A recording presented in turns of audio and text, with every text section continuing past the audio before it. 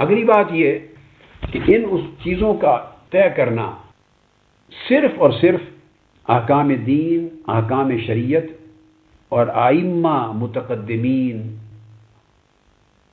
ائمہ دین کے مقرر کردہ اصولوں کے مطابق ہونا چاہیے، نہ کہ اپنی مرضی، اپنی خواہش نفس، اپنی تمنا اور اپنے خود ساختہ تصور سے۔ ہمارے ہاں خرابی یہ ہے، یہ بات بڑی اہم ہے جو کر رہا ہوں،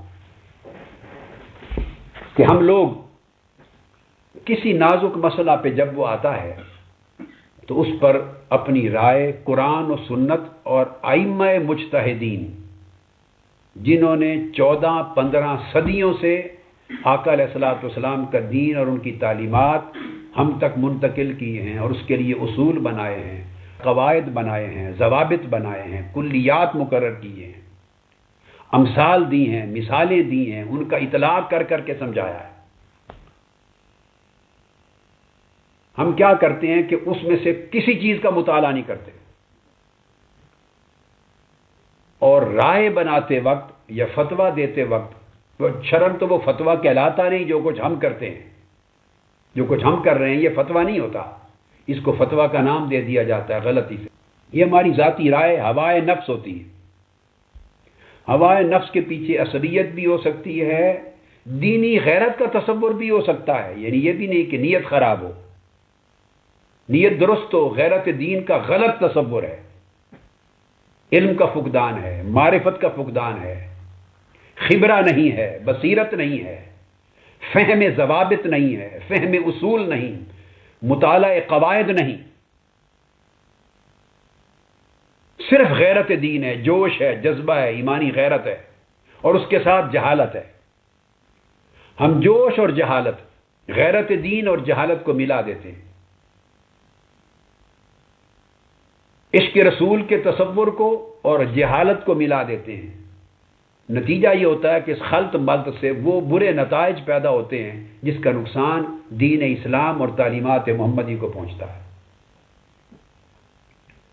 ہمارا پرابلم یہ ہے کہ ہم پہلے سے ایک ذہن بنا لیتے ہیں۔ کوئی ایک واقعہ ہوا، اخبارات میں جس طرح وہ تشہیر ہو گئی، ٹی وی پر خبر آ گئی، میڈیا ہے، اخبارات ہیں، میدان میں نکل آئے، پہلے ہی دن جلوس شروع ہو گئے، مدارس کے طلباء کو جبراً نکال لیا، اساتذہ نے کہا چلو نکلو سارے، طلباء آ گئے، ائمہ خطبہ آ گئے، عوام الناس آ گئے، کچھ سیاسی مذہبی جماعتیں آ گئیں۔ سیاسی جماعتوں کے کچھ ایجنڈے ہوتے ہیں، ایسی جماعتیں بھی ہیں جو گستاخی رسول کے مسئلے پر، اس موضوع پر آپ سے اتفاق بھی نہیں رکھتی، جن کا آپ کے ساتھ پچھلے 100 سال سے علمی اختلاف چل رہا ہے، وہ بھی آپ کے ساتھ شریک ہو جاتی ہیں۔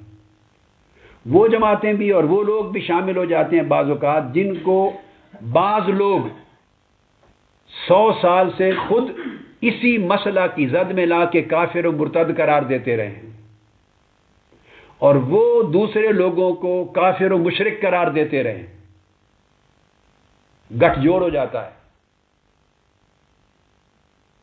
اب وہ سب امت مسلمہ بن جاتی، جن کو آپ 80 سال مسلمان نہیں ماننے کو تیار، کافر کہتے رہے ہیں، اور جن کے کفر میں شک کرنے والے کو بھی کافر کہتے رہے، اس انتہا تک چلے گئے، جن کو کافر کہتے رہے اور ان کو بعض لوگوں کو، بعض علماء کو کافر نہ کہنے والے کو بھی سب کو کافر کہتے رہے اس مسلک میں، اور ان کے کفر میں شک کرنے والے کو بھی کافر کہتے رہے۔ زندگی تو ساری اس طرح سے گزری، اور وہ آپ کو بہت سے امور کی بنا پر مشرک کہتے رہے۔ تو وہ جو آپس میں ایک دوسرے کو کافر و مرتد اور مشرک و بدعتی کہنے والے تھے، وہ بھی اکٹھے ہو جاتے ہیں جب طبیعت مل جاتی ہے، تو اس کو اجماع امت کا نام دے دیتے ہیں۔ پھر بعض لوگ کہتے ہیں کہ امت مسلمہ کے سارے مکاتب فکر اکٹھے ہو گئے۔ یہ کون سی امت مسلمہ بنا لی آپ نے؟ کیا یہ امت 80 سال 100 سال پہلے ہی اس کو امت مسلمہ کہا ہوتا؟ تو کہتے کہ امت مسلمہ کے مکاتب فکر جمع ہو گئے۔ بھئی پچھلے 80 سال سے تو آپ انہیں امت مسلمہ سے خارج کرتے رہے، کافر، مرتد، گستاخان رسول، ان کے کفر میں شک کرنے والا، ان کو کافر نہ سمجھنے والا، جس نے خود گستاخی نہیں کی مگر وہ جن کی عبارات گستاخی پر محمول ہیں، ان کو کافر نہ کہنے والے سارے علماء اور ان کو ماننے والے سب کافر رہے 100 سال تک۔ اب وہ امت مسلمہ کے مکاتب فکر بن گئے۔ آپ پریس کانفرنس کرتے ہیں، آپ ٹی وی اور انٹرنیٹ پہ سٹیٹمنٹ دیتے ہیں، کہتے ہیں کہ پوری امت کا اور تمام مسلمانوں کے مکاتب فکر کا اس پر اتفاق ہو گیا ہے۔ تو ٹھنڈے دل سے سوچئے کہ ہم نے دین اسلام کا مذاق بنا رکھا ہے۔ جب طبیعت چاہے تو پورے 100 سال کسی کو کافر و مرتد بن کے امت سے خارج کرتے رہیں، اور جب کسی ایک مسئلے پہ اکٹھے ہو جائے، تقویت مل جائے تو ان کو امت مسلمہ کے مسالک بنا دیں۔ وہ چاہیں تو آپ کو مشرک بناتے رہیں، جب اکٹھے ہو جائے تو امت مسلمہ بنا دیں۔ سوال یہ ہے کہ یہ ایک ربڑ اور موم کیوں بنا لیا ہے دین اسلام کو، احکام دین کو؟ قاعدہ ایک ہے، وہ ہوس نفس کے ساتھ کبھی نہیں بدلتا۔ قواعد تغیر حالات سے نہیں بدلتے، فروع بدلا کرتے ہیں، اصول نہیں بدلتے۔ یعنی کفر ایمان میں کبھی نہیں بدل سکتا تغیر حالات سے، اور ایمان کفر میں نہیں بدل سکتا۔ حالات 100 بدل جائیں سیاسی مصلحتوں کے تحت، ایک کافر مسلمان نہیں بن سکتا اور مسلمان کافر نہیں بن سکتا۔ آپ آئے روز کافروں کو مسلمان بناتے ہیں، مسلمانوں کو کافر بناتے ہیں۔ وجہ کیا ہے؟ کہ وجہ یہ ہے کہ ہم دین کے قیود، شروط، ضوابط اور قواعد سے اپنی رائے قائم نہیں کرتے۔ ہمارے ذہن آلریڈی آکیوپائیڈ ہیں، پہلے سے بنے ہوئے ہیں، خود ساختہ تصورات ہیں، اس کا نام ہم نے دین دے رکھا ہے، اور پھر دینی غیرت اس کو نام دے دیتے ہیں، مزید دینی غیرت کہہ دیتے ہیں، پھر اس کو غیرت ناموس رسالت کا نام دے دیتے ہیں۔ یہ اصطلاحات ہیں۔ اس طرح ایک طبقہ ہے، وہ بعض امور پر انہوں نے نام بنا رکھے ہیں، یہ غیرت توحید ہے، اور اس کی غیرت کے منافی جو عمل ہو، توحید کے منافی وہ شرک ہے، اور پھر وہ اس کے بعد آیتیں پڑھنا شروع کر دیں گے، سب کچھ بخشا جائے گا سوائے شرک کے۔ یہ طے کیے بغیر کہ جسے مشرک بنا کے آپ خارج از اسلام کر رہے ہیں، وہ عمل یا عقیدہ شرک ہے بھی یا نہیں، بحث تو اس پر ہے۔ اس کا کیا تعلق ہے کہ آپ 50 آیتیں اور حدیثیں پڑھ کے سنا دیں کہ جو شرک کرے گا جہنم میں جائے گا، بخشا نہیں جائے گا، مشرک بخشا نہیں جائے گا، مشرک کی یہ سزا ہے۔ آپ 100 دلائل دے دیں قرآن و سنت کے، یہ زیر بحث ہی نہیں۔ مشرک کے کافر ہونے، جہنمی ہونے پر کس کو اختلاف ہے؟ بحث تو یہ ہے کہ جس شخص کو آپ مشرک قرار دے رہے ہیں وہ مشرک بنتا ہے یا نہیں۔ اگر بنتا ہے تو کسی اصول، قاعدے اور ضابطے سے بنتا ہے یا آپ کے فرمانے سے بنتا ہے؟ آپ کی ہوس نفس اور آپ کے فتویٰ کی تلوار سے مشرک بن گیا ہے، یہ ہے بنیادی چیز۔ تو ایک طبقے کے پاس ہر ایک نے تلواریں اور اسلحے اٹھا لیے، ایک کے پاس اسلحہ شرک ہے، وہ جب گرمی میں آتا ہے، جوش میں آتا ہے، وہ مشرک بنا دیتا ہے، خواہ پوری امت کو مشرک بنانا پڑے۔ اور میں تو اس کو 30 سال سے فیس کر رہا ہوں، میں تو جنگ لڑ رہا ہوں امت کو مشرک بنانے والوں کے خلاف، 30 سال سے جنگ لڑ رہا ہوں۔ اور وہ کرتے کیا ہیں؟ آیتیں پڑھیں گے، حدیثیں پڑھیں گے، بس اس طرف آئیں گے ہی نہیں کہ یہ شرک بنتا ہے یا نہیں بنتا۔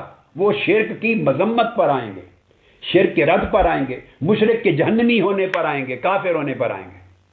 تو گویا خلط مبحث کر دیا، جو موضوع طے کرنے والا تھا اس طرف ہی نہیں آئے، اور بات پہ چل پڑے، لوگوں کے اس جذبات اچھال دیے، مشتعل کر دیا۔ تو ایک طبقے نے شرک کا ہتھیار اٹھا لیا، ایک طبقے نے جو اس سے ذرا نرم ہے اس نے بدعت کا ہتھیار اٹھا لیا، اور اپنے مخالف عقیدہ رکھنے والے شخص کے ہر فعل کو بدعت کر دیا۔ آقا علیہ السلام کا میلاد کیا، بدعت ہو گئی، صلاۃ و سلام کھڑے ہو کے پڑھا، بدعت ہو گئی، ہاتھ چومے، بدعت ہو گئی، اولیاء اللہ کے مزار پہ گئے، بدعت ہو گئی، الغرض نمازوں کے بعد مصافحہ کیا، بدعت ہو گئی۔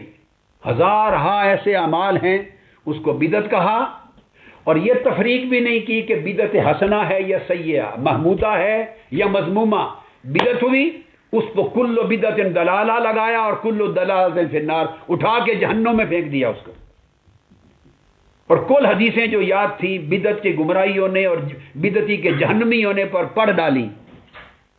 بحث بدعتی کے جہنمی ہونے پر نہیں ہے، بحث یہ تھی کہ جس فعل کو آپ بدعت کہہ رہے ہیں وہ کس ضابطے سے بدعت بنتا ہے، وہ بدعت ہے یا نہیں. بحث یہ ہے.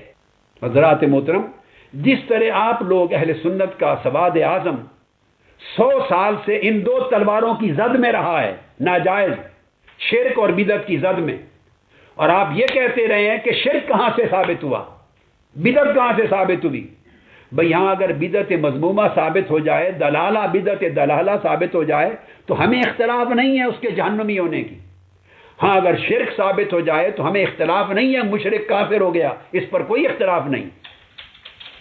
ان کے یہ ہتھیار تھے، آپ پہ برتتے رہے. اس طرح ایک طبقے کے پاس ہتھیار ہے، جس طرح ایک کے پاس توحید کا ہتھیار تھا، ایک طرف عشق رسالت، اس کو ہتھیار بنا لیا.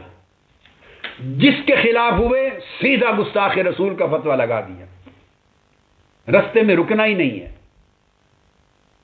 جیسے انہوں نے سیدھا مشرک کا فتویٰ لگا دیا، سیدھا بدعتی کا فتویٰ لگا دیا، کوئی رستے میں قیام ہی نہیں، منظر ہی کوئی نہیں، پڑاؤ ہی نہیں کرنا. اس طرح کچھ احباب کا وتیرہ ہو گیا ہے کہ جس پر گرم ہوئے، اختلاف ہوا، سیدھا اٹھا کے گستاخ رسول، پھر گستاخ رسول چونکہ کافر و مرتد ہے، پھر وہ جہنمی ہے، پھر واجب القتل ہے. اگلے سارے احکام شروع ہو گئے. اگلے احکام سے تو بحث نہیں تھی. جب کوئی گستاخ رسول ثابت ہو گیا تو وہ کافر بھی ہوا، مرتد بھی ہوا، جہنمی بھی ہوا، وہ بے ایمان جہنم کا کتا بھی ہو گیا. یہ سب کچھ جائز ہے، درست ہے. بحث تو اس چیز سے تھی، وہی جو کچھ مسئلہ میں نے پہلے شرک و بدعت کے حوالے سے سمجھایا، یہ طے کرنا کہ گستاخی رسول ہوئی یا نہیں. کوئی گستاخی رسول کی تعریف بھی ہوگی، کوئی اس کا قاعدہ ہوگا، کوئی اصول ہوگا، اس کا اطلاق کرنے کے لیے کوئی ضابطہ ہوگا. لہذا میری ساری گفتگو اس ضابطے پر ہے. میں نے جیسے 30 برس کسی کو مشرک قرار دینے کے ضابطے پر لگائے ہیں اور پوری کتاب التوحید لکھی ہے، اور میں نے سینکڑوں کتب لکھی ہیں عقائد پر ثابت کرنے کے لیے کہ جو شرک نہیں اس کو شرک قرار دیا جاتا ہے. پورے 30 برس کام کیا میں نے اس پر. جو بدعت نہیں اس کو بدعت قرار دیا جاتا ہے. تو پوری کتاب البدع لکھی ہے میں نے، علماء کرام کے لیے مفید ہے، پڑھیے، پتہ چلے کہ بدعت کیا ہے اور کیا نہیں ہے. آج کل ادھر ٹورانٹو میں بھی، کینیڈا میں ایک سیریز دے رہا ہوں، مگر وہ انگلش کے خطابات کی ہے بدعت پر، کہ بدعت کیا ہے اور کیا نہیں ہے. اور اردو میں تو سارا مواد موجود ہے آپ کا. اب عربی میں بھی کتاب اس پر میری آ رہی ہے، اور البدعۃ عند الائمہ والمحدثین پہلے بھی موجود ہے. تو عمر بھر میں نے محنت کی ہے یہی بات سمجھانے میں، اللہ کے بندو، جو بدعت نہیں اس کو بدعت قرار دے کر پھر دلالہ اور کلو دلالہ فی النار کے اگلے اطلاقات ناجائز ہیں.